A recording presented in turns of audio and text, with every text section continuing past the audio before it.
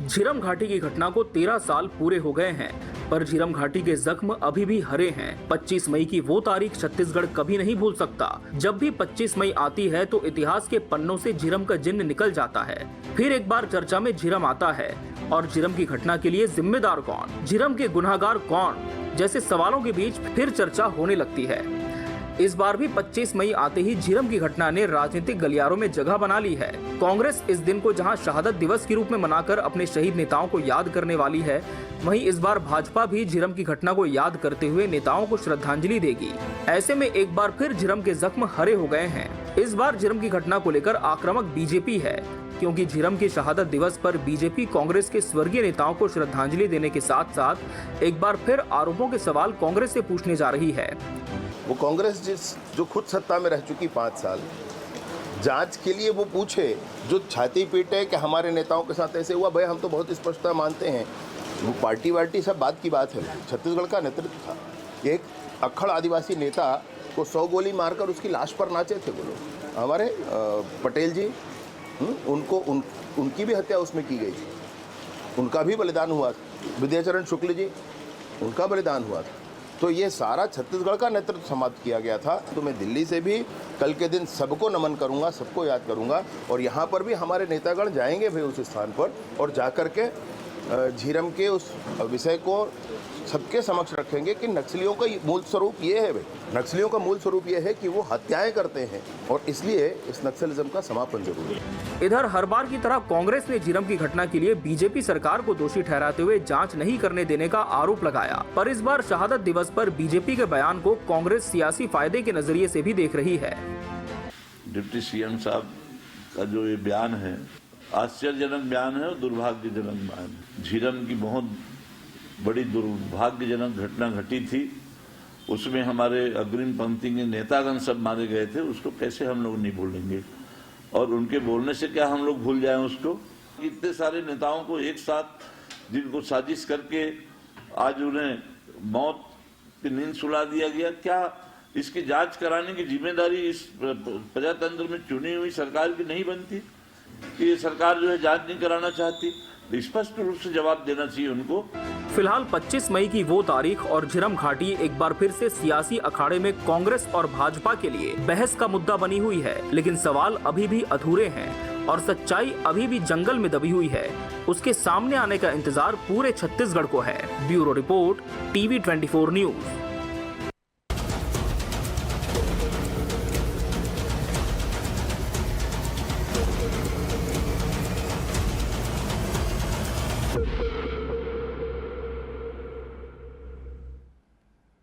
नमस्कार, मैं हूं मोहन तिवारी। आज के मुद्दे में आपका स्वागत है, और आज का मुद्दा हमारा आधारित है छत्तीसगढ़ को दहला देने वाले उस दुर्दांत घटना पर, जिसकी एक बार फिर से बरसी हम मनाने जा रहे हैं।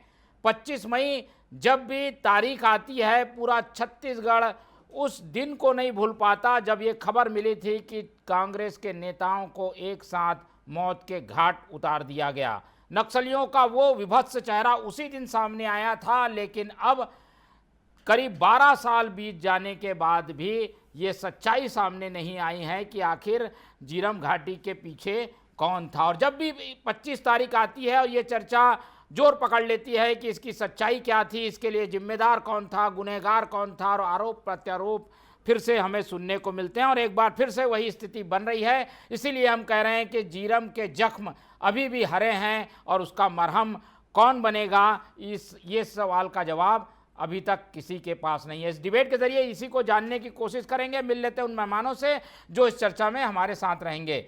हम बहुत स्वागत करेंगे, हमारे साथ मौजूद हैं इस पूरे मामले का राजनीतिक विश्लेषण शेयर करने के लिए वरिष्ठ पत्रकार अनिरुद्ध दुबे जी, बहुत स्वागत है आपका। हमारे साथ कांग्रेस का पक्ष रखने के लिए जुड़ रहे हैं अनिल चौहान जी, बहुत स्वागत है आपका। और बीजेपी का पक्ष रखेंगे निशिकांत पांडे जी, बहुत स्वागत है आपका।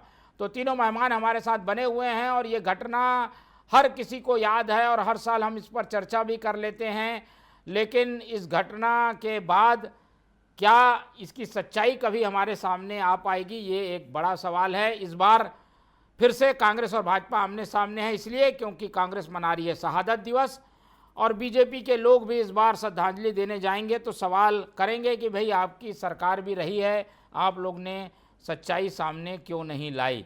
एक एक करके प्रतिक्रियाओं का दौर शुरू करेंगे, लेकिन पहले अनिरुद्ध जी से ही इस संवेदनशील मामले को शुरू करने के लिए हम कहेंगे कि भाई ये घटना संवेदनाओं से जुड़ी हुई है और इसमें सच्चाई की परतें भी खुलनी हैं। आज 12 साल होने के बाद भी दुबे जी, आप कैसे देखते हैं इस पूरी घटना को? क्या इसमें अभी भी चीज़ें बाकी हैं जिसे दोनों ओर से पहल करने की ज़रूरत है?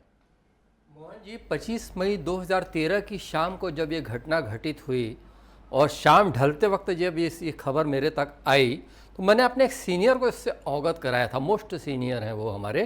तो उन्होंने कहा था कि पूरी लीडरशिप खत्म करने का कृत्य, साजिश, ये एक लाइन में वो जो है आज भी ये बात मुझे कौंधती है। फिर उसके बाद बस्तर में नहीं, मैं तो रायपुर में था, लेकिन उस शाम से लेके वो दूसरे दिन सुबह तक का जो क्रम है, मतलब उसका गवाह रहा, आप टीवी में देखते रहा सारी चीज़ें, क्योंकि हर वो शाम और वो रात और उसका दूसरे दिन सवेरे हर आधे एक घंटे में एक एक अपडेट आ रहा था उसमें। और फिर दूसरे दिन जब सुबह जब मैं मिड डे अखबार के लिए मैं जब गया वहाँ पे खबर बनाने, तो फिर ये भी खबर आ गई थी कि नंद कुमार पटेल जी भी शहीद हो गए। और कुल मिला के देखिए मोहन जी, सोचने की बात यह है कि ठीक है, मतलब ये कि उस समय केंद्र में जो है डॉक्टर मनमोहन सिंह जी की सरकार थी, बहुत तत्परता से सारी बातों को लिया गया। रातों रात राहुल गांधी जी पहुँचे रायपुर और बहुत गंभीर थे और बहुत आहत भी थे। फिर केंद्र सरकार से घोषणा हुई, राष्ट्रीय जांच एजेंसी से इसकी जो है जाँच कराई जाएगी, प्रदेश की भी बात हुई। फिर उसके बाद जो है एक वक्त था मोहन जी जब 2023 में विधानसभा चुनाव होने वाला था। भूपेश बघेल जी उस समय प्रदेश कांग्रेस अध्यक्ष थे और उस समय राजीव भवन में प्रेस कॉन्फ्रेंस ले रहे थे। तो उन्होंने एक शब्द अपनी पीसी में कहा था, चुनाव के कुछ चंद दिनों पहले की बात है, मतलब वो चुनावी ही प्रेस कॉन्फ्रेंस कहलाती थी, नरसंहार कराने वाली सरकार। तो ये जो है मेरा एक सवाल था कि थोड़ा सा इसको स्पष्ट करेंगे। और मोहन जी शायद आप भूल गए होंगे, लेकिन इस सवाल को आपने भी आगे बढ़ाया था, आप वहाँ पर मौजूद थे, तो आपने भी कहा कि ये स्पष्ट तो होना चाहिए। तो नर्स और जो झीरम घाटी और क्या है, ये भूपेश बघेल जी का ये वाक्य था। मतलब फिर उन्होंने कहा कि झीरम घाटी नरसंहार नहीं तो और क्या है। फिर उनकी सरकार आई, उन्होंने भी जांच कराई थी, लेकिन दुर्भाग्य इसे कहें कि केंद्र की जांच और प्रदेश की जांच के बाद भी जो आज तक के जो है निष्कर्ष नहीं निकल पाया कि इसके पीछे लोग कौन थे और मुख्य आरोपी कौन था। संदेह जताया जाता है, आशंका जताई जाती है। मतलब आज भी जो है सिर्फ बातचीत का दौर है, अनुमान का दौर है, लेकिन मैं नहीं समझता कि इसका कोई समाधान या फिर कोई निष्कर्ष आज तक के निकल पाया हो। ठीक है, और जांच भी कई हुई है, एनआईए की अलग जांच हुई है, न्यायिक जांच आयोग अलग बना है, उसकी रिपोर्ट अलग आ गई, सार्वजनिक हुई नहीं, कुछ बिंदु अलग से जोड़ दिए गए। क्या लग रहा है अभी भी इसमें जांच जैसी संभावनाएं बनी हुई हैं क्या? देखिए मोहन जी, किसी बात से कहीं कोई इनकार नहीं है। मतलब ठीक है, 12 साल हो गए तो मतलब ये चैप्टर क्लोज हो गया, ये तो मतलब नहीं माना जा सकता ना। और दूसरी बात देखिए क्या कि केंद्र में डॉक्टर मनमोहन सिंह जी की सरकार थी, जो बात बाद में कहना चाह रहा था मैं अब कह देता हूँ। ठीक है, बहुत संवेदनशील व्यक्ति थे मनमोहन सिंह जी। और दूसरी बात, जिन लोगों का मैं नाम गिनाने जा रहा हूँ कि नंद कुमार पटेल जी, महेंद्र कर्मा, विद्याचरण शुक्ला, उदय मुदलियार, ये किसी राजनीतिक पार्टी की ही मतलब धरोहर नहीं थे, ये पूरे छत्तीसगढ़ की धरोहर थे, पूरे छत्तीसगढ़ की।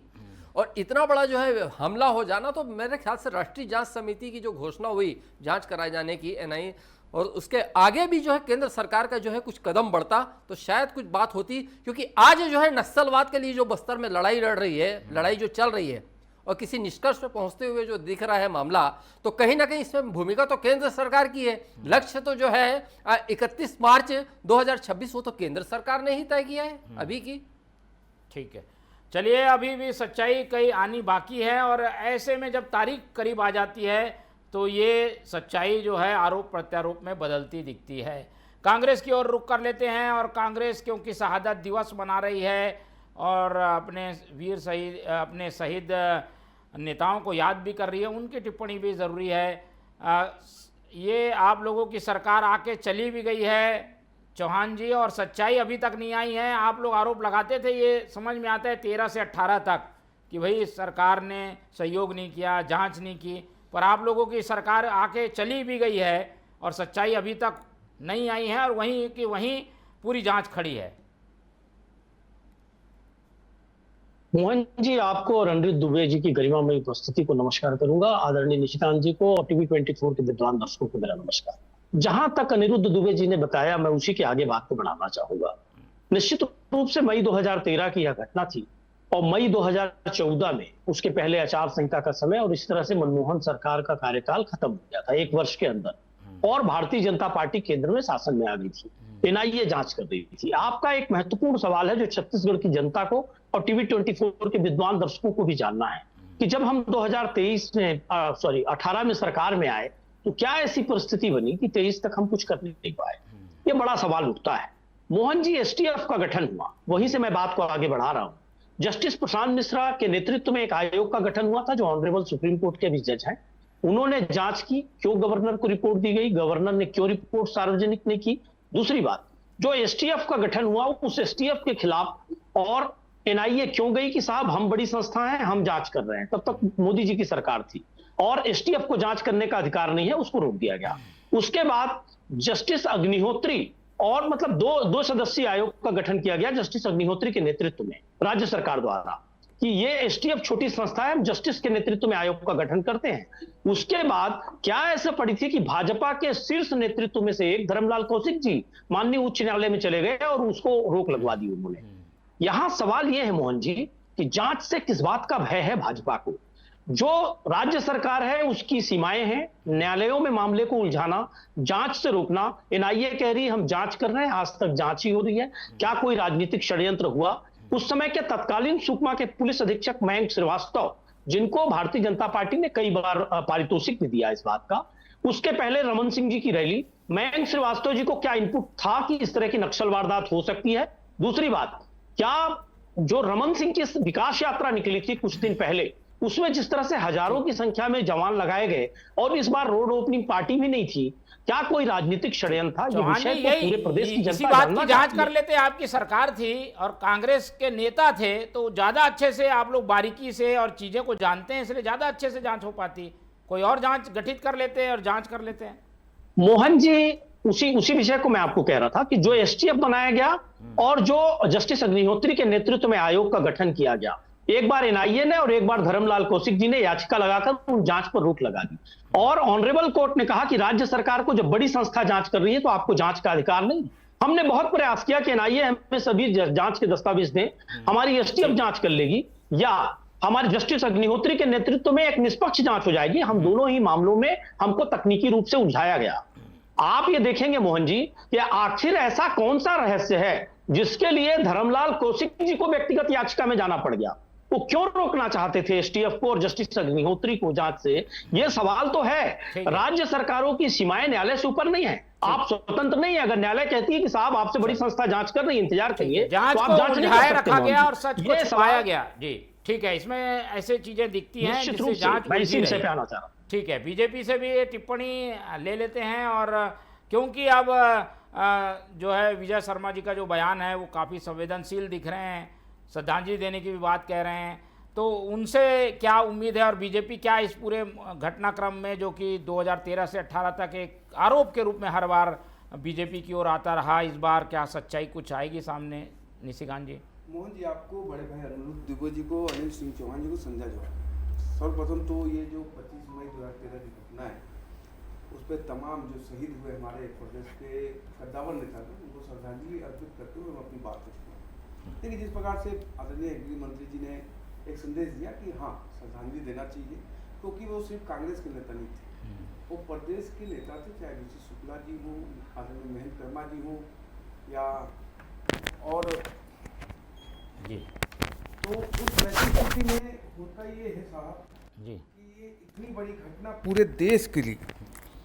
देश के लिए अचंभित करने वाली थी ये घटना, और वास्तव में हम भी शौक थे। लेकिन इस घटना की जो अभी अनिल सिंह चौहान जी बात कह रहे थे कि जांच को रोकी जा रही थी, अटकाई जा रही थी, मैं आपके माध्यम से बड़ा सरलता से और गहराई से ये बात कहना चाह रहा हूँ। अनिल जी, मैं आपके माध्यम से आदरणीय भूपेश बघेल जी से निवेदन करूँगा कि जो ऊपर की जेब में सबूत लेके घूम रहे थे, हो सकता है कि आपकी कुछ मजबूरी रही होगी, 5 वर्ष आपने वो सबूत नहीं निकाला, हमको दे दीजिए ताकि हम उस सबूत का कुछ ना कुछ कर पाएँ। क्योंकि देखिए, जिस प्रकार से घटना हुई और जिस प्रकार से आदरणीय महेंद्र जी ने राम किस केयर में कवासी लखमा को थप्पड़ मार के बोला था, और उसी कैबिनेट में उमेश पटेल जी और कवासी लखमा दोनों थे, क्या कारण रहा होगा ये भी जानने की बात है। देखिए, विषय ये होता है कि चाहे कांग्रेस के हों, चाहे भाजपा के हों या किसी दल के हों, जिस प्रकार से भगत सिंह जी को भुलाया गया, चंद्रशेखर आज़ाद को भुलाया गया, वो देश के लिए काम कर रहे थे। वैसे ही छत्तीसगढ़ प्रदेश के लिए जब वो मंत्री बने थे बीसी शुक्ला जी या महेंद्र कर्मा जी, तो कांग्रेस के मंत्री नहीं थे, वो पूरे प्रदेश के मंत्री थे। जो चीज़ अनिल जी बोल रहे थे उसमें एक लाइन एड ऑन करना चाहता हूँ। उस रात की घटना बता रहा हूँ। पहली बार और आखिरी बार मैं जोगी जी के बंगला गया था रात को 12 बजे, सिर्फ ये जानने के लिए कि आदरणीय नंद कुमार पटेल और उनके सुपुत्र सुरक्षित हैं या नहीं। देख कॉन्स्पिरेसी कितनी बड़ी है, इससे थोड़ा सा पर्दा हटाने का प्रयास मैं भी करता हूँ। घटना हुई, बीसी शुक्ला जी को वहाँ गोली लग गई, महेंद्र कर्मा जी बाहर आ गए, उनको 100-150 सैकड़ों गोलियां मार दी गई, उस पर नृत्य किया गया। लेकिन एक चीज़ जो पहलू है जो मुझे आज भी टीस देता है कि नंद कुमार पटेल पुत्र समेत ढेर मतलब बहुत दूर ले आके उनके साथ अलग व्यवहार किया गया, अलग से मारा गया, इसकी भी जांच होनी चाहिए। क्योंकि नंद कुमार पटेल ओबीसी के सबसे बड़े नेतृत्वकर्ता थे। उसके बाद अगर घटनाक्रम को देखते हैं और घटनाक्रम के बाद किसको लाभ मिलता है उसको देखते हैं तो बहुत सारी चीज़ें पेचीदगी में फंस जाती है। विषय ये आता है कि प्रदेश के इतने बड़े नेतृत्वकर्ता हमने खो दिया, उस पर ये गंदी राजनीति की जा रही है कि श्रद्धांजलि भारतीय जनता पार्टी क्यों देगी, क्यों नहीं देगी श्रद्धांजलि। हमारे प्रदेश के नेतृत्वकर्ता थे। और महत्वपूर्ण विषय यह है कि ये घटना जो है आज भी अनसुलझा एक पहलू है। इसमें मैं भी आपके माध्यम से एनआईए और जो जांच एजेंसियां हैं, क्योंकि प्रदेश की जनता का हक है ये जानना कि उस रात वहाँ पे क्या घटना घटित थी, क्या षड्यंत्र था, इसका पर्दा खुलना चाहिए। रही बात जस्टिस प्रशांत मिश्रा की रिपोर्ट का, तो जस्टिस प्रशांत मिश्रा की रिपोर्ट आई, भूपेश बघेल जी ने आनंद फानन में दूसरा एक कमेटी बनाई। अब मेरा मतलब संदेह ये है कि आखिर उस रिपोर्ट में ऐसा क्या था, क्यों नहीं इस रिपोर्ट को सार्वजनिक करने की कोशिश की गई। देखिए बहुत सारी साजिशें और षड्यंत्र इसमें है। लेकिन मैं पुनः एक बात कहता हूँ कि जिस प्रकार आदरणीय महेंद्र कर्मा जी के उस पे शरीर पे गोली मारने के बाद जब उनकी हत्या हो गई, उसके बाद जिस प्रकार से नक्सलियों ने तांडव किया, डांस किया, एक तो सुकून की बात ये आती है कि उसी झीरम कांड का मुखिया जो कहा जाता है तथाकथित बसव राजू, उसकी हत्या करने के बाद, सफलता मिलने के बाद सेना के जवानों ने जो डांस किया है और जो जोश दिखाया है वो पूरे प्रदेश को, मैं ये नहीं कहता कि इस झीरम घाटी दूसरे थे, लेकिन ये भी सम्मिलित था, ऐसा बताया जाता है कि ये भी सम्मिलित था पूरे मैं ये नहीं कहता कि देखिए इससे मतलब वो बराबर हो गया, लेकिन जो सुकून मिला कि आपने एक सलवा जुर्म के प्रणेता को जिस प्रकार से मारा और जिस प्रकार से उन्होंने इंकरेज दिखाया था कि हाँ मैं महेंद्र कर्मा हूँ, मुझे मारो बाकी को छोड़ दो, वो साहस दिखाने वाले व्यक्ति को कायरता से मारने वाले लोग आज समाप्त हो रहे हैं। उस पर भी कांग्रेस पार्टी प्रश्न चिन्ह लगा रही है कि ये नक्सली हैं या नहीं है। कल ही भूपेश बघेल जी का स्टेटमेंट है, अब तो सुधार होना चाहिए। मुझे लगता है सर्वांगीण विकास के लिए और प्रदेश के 3 करोड़ की जनता की रक्षा सुरक्षा के लिए अभी भी पक्ष विपक्ष को एक साथ बात करनी चाहिए। अनिरुद्ध जी, क्या ये केवल 25 तारीख की केवल चर्चा बस है, झीरम हम फिर भूल जाएंगे, फिर याद नहीं करेंगे, 12 साल तो ऐसे ही बीत गए। हम अभी स्क्रीन में दिखा रहे थे कि वो चौक झीरम घाटी का अभी ये ओसीएम चौक के पास ही है, उसकी क्या हालत है। ऐसी स्थिति में केवल क्या एक दिन की चर्चा तक ही ये विषय सीमित है क्या? उसके बाद लोग भूल के अपने कामों में लग जाते हैं, कांग्रेस भी भाजपा भी। आप ये मत सोचिएगा मोहन जी कि मैं विषयांतर हो रहा हूँ, लेकिन आप थोड़ा सा गौर करिए। बात पहलगाम हमले की ही नहीं है, कश्मीर में भी और पहले भी हमले होते रहे और अभी भी हुआ। तो क्या है कि कुछ ही दिनों में जब जांच पड़ताल होती है तो बिल्कुल नाम सामने आते हैं। आप गौर करिएगा इस बात को, पता चलता है कि कहाँ का ये है। पाकिस्तान में भी जो बैठा वो व्यक्ति होता है ना, तो वो भी पता चल जाता है कि वहाँ के बैठे व्यक्ति ने करवाया और वो जो वहाँ से आया वो व्यक्ति था। सारी चीज़ें साफ हो जाती है। लेकिन आज तक ये समझ पाना मुश्किल रहा मोहन जी कि इतने साल हो गए, 12 साल निकल गया, क्यों वहाँ पे जो है झीरम का सच सामने नहीं आया। देखिए क्या है, अभी इन्होंने बसव राजू का नाम लिया जो हालिया में 1.5 करोड़ का इनामी नक्सली मारा गया। पूर्व में भी जो नाम आते रहे, वारदातें रही, नक्सली मरे, तो याद नहीं 5-6 साल से चल रहा है। झीरम घाटी में इसकी संलग्नता थी, कोई ना कोई नाम जोड़ दिया जाता है। अगर की संलग्नता थी तो उसके प्रमाण क्या हैं? ये पहला नहीं है कि जो उन्होंने बसव राजू का नाम लिया, इसके पहले भी ये नाम आते रहे। तो कुल मिला के देखिए, मैं आपको बता रहा हूँ, मेरा तो यही मानना है कि पर्दा जो है अभी पड़ा हुआ है। पर्दा इसमें पड़ा हुआ जी। है। और कई सारी चीजें जो बस्तर का जो नक्सलवाद है ये मतलब सूक्ष्म अध्ययन का विषय है, इसको थोड़ा सा इससे समझने की कोशिश करिएगा। जी 2012 अप्रैल उसमें दिन दहाड़े वहां पे जो आईएएस अफसर का जो है एलेक्स पाल मेनन का अपहरण हो जाता है। फिर वहां पे नक्सलियों की जो है वहां पे शर्तें सामने आती है। अब उस समय के आप निकाल लेना, मतलब बहुत कड़ी कड़ी शर्तें थी। जी जी जी कुछ 5 आगे दिन पैसे का लेन देन भी हुआ। अब वो मैं उस पर ऐसा कुछ नहीं बोलूंगा मोहन जी। जी कड़ी शर्तें थी, अब उस समय निकालना कि क्या क्या शर्तें थी तब वो होगा।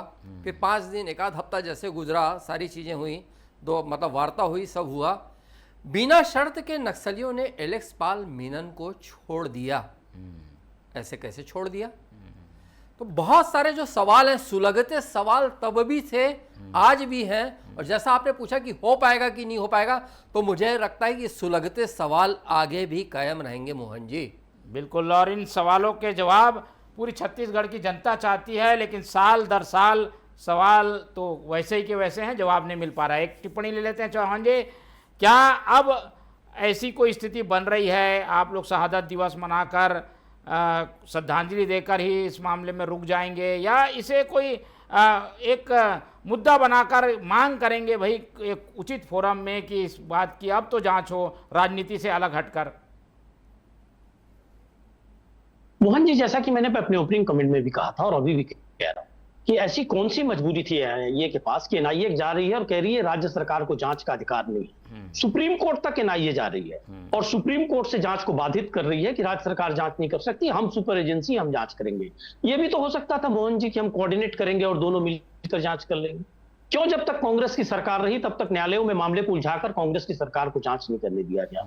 ऐसा कौन सा रहस्य है कि उमेश पटेल जी ने, मैं व्यक्तिगत उमेश पटेल जी का बहुत अच्छा मित्र था, उन्होंने घोषणा की थी कि मैं राज्य सरकार के खिलाफ बड़ा खुलासा करने वाला हूं, और उसके बाद इस तरह का झीरम कांड हुआ और उनका नाम पूछकर हुआ। क्यों विकास यात्रा को प्रोटेक्शन दिया गया और इसमें नहीं दिया गया? इंटेलिजेंस कहां था? कौन सी ऐसी बातें थी जिसको आज भी दबाया जा रहा है? और मोहन जी, सवाल तो यह है कि छत्तीसगढ़ का बच्चा बच्चा झीरम का सच जानना चाहता है। कौन सी मजबूरी है एनआईए की? कौन सी मजबूरी थी कि उस समय के जो जस्टिस के नेतृत्व में जांच हुई वो राज्यपाल को रिपोर्ट दी गई, राज्य सरकार को नहीं दी गई, क्योंकि राज्य में कांग्रेस की सरकार आ गई थी? क्यों उस रिपोर्ट का खुलासा नहीं हुआ? और अगर उस रिपोर्ट में था कि आगे और किसी जस्टिस के नेतृत्व में जांच कराई जा सकती है, तो जब जस्टिस के नेतृत्व में आयोग का गठन हुआ तो क्यों धर्मलाल कौशिक जी ने याचिका लगाई? आखिर ऐसे कितने सवाल हैं जिनका जवाब जनता ढूंढ रही है। और भारतीय जनता पार्टी चाहे महात्मा गांधी की हत्या के बाद इनकी मातृ संस्था आरएसएस ने कई वर्षों बाद उनको श्रद्धांजलि देना प्रारंभ किया, उसी तरह अब झीरम के नेताओं को कई वर्षों बाद भाजपा वो छद्म फूल चढ़ाने जा रही है। हमारा कहना यह है कि आपकी पॉलिसी, आपकी विचारधारा स्पष्ट क्यों नहीं है? क्यों लाशों पर और शहादत पर राजनीति होती है, चाहे पुलवामा हो, चाहे अभी पहलगाम हो और चाहे झीरम? ठीक है, आखिरी 2 भारतीय मिनट जनता है, ले पार्टी लेता हूं। लक्ष्यदार बातें करके जवाब विषय बिल्कुल। को विषयांतर क्यों करती है? बिल्कुल, क्यों चलिए जनता को कुछ ऐसी गुमराह चीजें करती हैं है? जो कि ये घूम के प्रदेश का बच्चा बीजेपी बच्चा जानना चाहता बीजेपी से है। सवाल के रूप में उस समय भी खड़ी थी, आज भी खड़ी है। देखिए, देश का बच्चा बच्चा तो ये भी जानना चाहता है कि शास्त्री जी के दूध में जहर कहाँ से आया। आज तक कोई आज नहीं तो बता झीरम पाया। की बात। नहीं, यही बात कर रहा हूँ। ये कांग्रेस पार्टी अभी राहुल गांधी महात्मा गांधी जी की बात कर रहे थे, मैं तो शास्त्री जी की बात करता हूँ। बहुत बहुत कालखंड, 30 साल बाद की बात है। लेकिन मैं आपसे बीच में नहीं बोला। अरे ये तरीका है क्या? और सुभाष चंद्र अंग्रेजों ने बनाया था कांग्रेस को बनाने वाले अंग्रेज, चलाने वाले कांग्रेस, और ज्ञान दे रहे हो यहाँ बैठ के। आज के विषय पर रहिए। कांग्रेस को बनाने वाले अंग्रेज, चलाने वाले कांग्रेस, और उसके बाद भी अंग्रेजों की दलाली करने वाली कांग्रेस, आज भी अंग्रेजों की बात मानने वाली झीरम पे बात कांग्रेस। करिए। देखिए अनिल जी, बीच में नहीं बोलना। अनिल जी, सुनिए, जवाब तो सुनिए। आप सुधार लीजिए अपने आप को। जवाब तरीका बिल्कुल ठीक नहीं है। जवाब आप सुनिए। बिल्कुल तरीका ठीक नहीं ये है। बात मत तो करिए। यही बात अटल मैं जी बोल का रहा इलाज हूँ। किसने कराया? लगातार क्यों बोल रहे हैं आप? जी ने क्या किया? आपको लगातार क्यों बोलना है? बीमारी है, इलाज कराओ। एक एक करके वहाँ अपोलो नहीं है क्या? वहाँ जाके इलाज करा ले एक बार। अनिल जी, अरे वहाँ मानसिक रोगी का इलाज अरे नहीं होता क्या है? आप विषय पे आइए ना, सीधे विषय आपका पे। मानसिक रोगी का इलाज नहीं होता क्या? अरे विषय पे जाके बोलिए। इलाज कराओ। पर बात करिए। चलो इलाज कराओ जाके। चलिए, अभी समय नहीं है, लास्ट 1 मिनट है। हाँ। पांडे जी, आखिरी 1 मिनट में आश्वासन तो दे दीजिए कि सच्चाई सामने आएगी। आश्वासन ही नहीं, मैं सच्चाई तो इसके अंदर, इसके पीछे जो भी होंगे साजिशकर्ता के रूप में, चाहे वो कोई भी नेता पहुंच गए होंगे वहां, किसी भी पद पर पहुंच गए होंगे। अरे लेकिन इतने वो तो साल धरती- बाद कैसे होगा संभव? यही दुर्भाग्य है। यही तो बात मैं कह रहा हूं कि शास्त्री जी के दूध में जहर कहां से आया, आज तक कोई नहीं बता पाया। लेकिन विषय ये है कि ये कलंकित दिन था, काला अध्याय था हमारे प्रदेश के लिए, बहुत दुर्भाग्यपूर्ण दिन था। पुनः श्रद्धांजलि अर्पित करता हूं और आपके माध्यम से प्रदेश की जनता को आशान्वित करता हूं कि इसकी जांच शीघ्र होगी और जांच में जो रिपोर्ट आएगा पब्लिक डोमेन में डाला जाएगा। भूपेश बघेल जी के जेब में लेकर नहीं घूमने के लिए नहीं दिया जाएगा परमिशन। ठीक। जांच होके जो भी इसमें कल्प्रिट होंगे उनको सजा दिया जाएगा। जी ठीक है, चलिए। और ऐसे समय में जब बात संवेदनाओं से जुड़ी हुई है और पूरे छत्तीसगढ़ की निगाहें इस पर हैं, तो हम उम्मीद यही करते हैं कि जो भी सरकार में हो इस मामले में गंभीरता से पहल करे। जांच कई हुई है लेकिन सच्चाई सामने नहीं आती तो जनता भी अपने आप को ठगा महसूस करती है। इस बात को दोनों ही पार्टियों को सोचना चाहिए। इस पूरी चर्चा को आज हम यहीं खत्म करते हैं। इस चर्चा में हमारे साथ अनिल दुबे जी जुड़े, उनका धन्यवाद।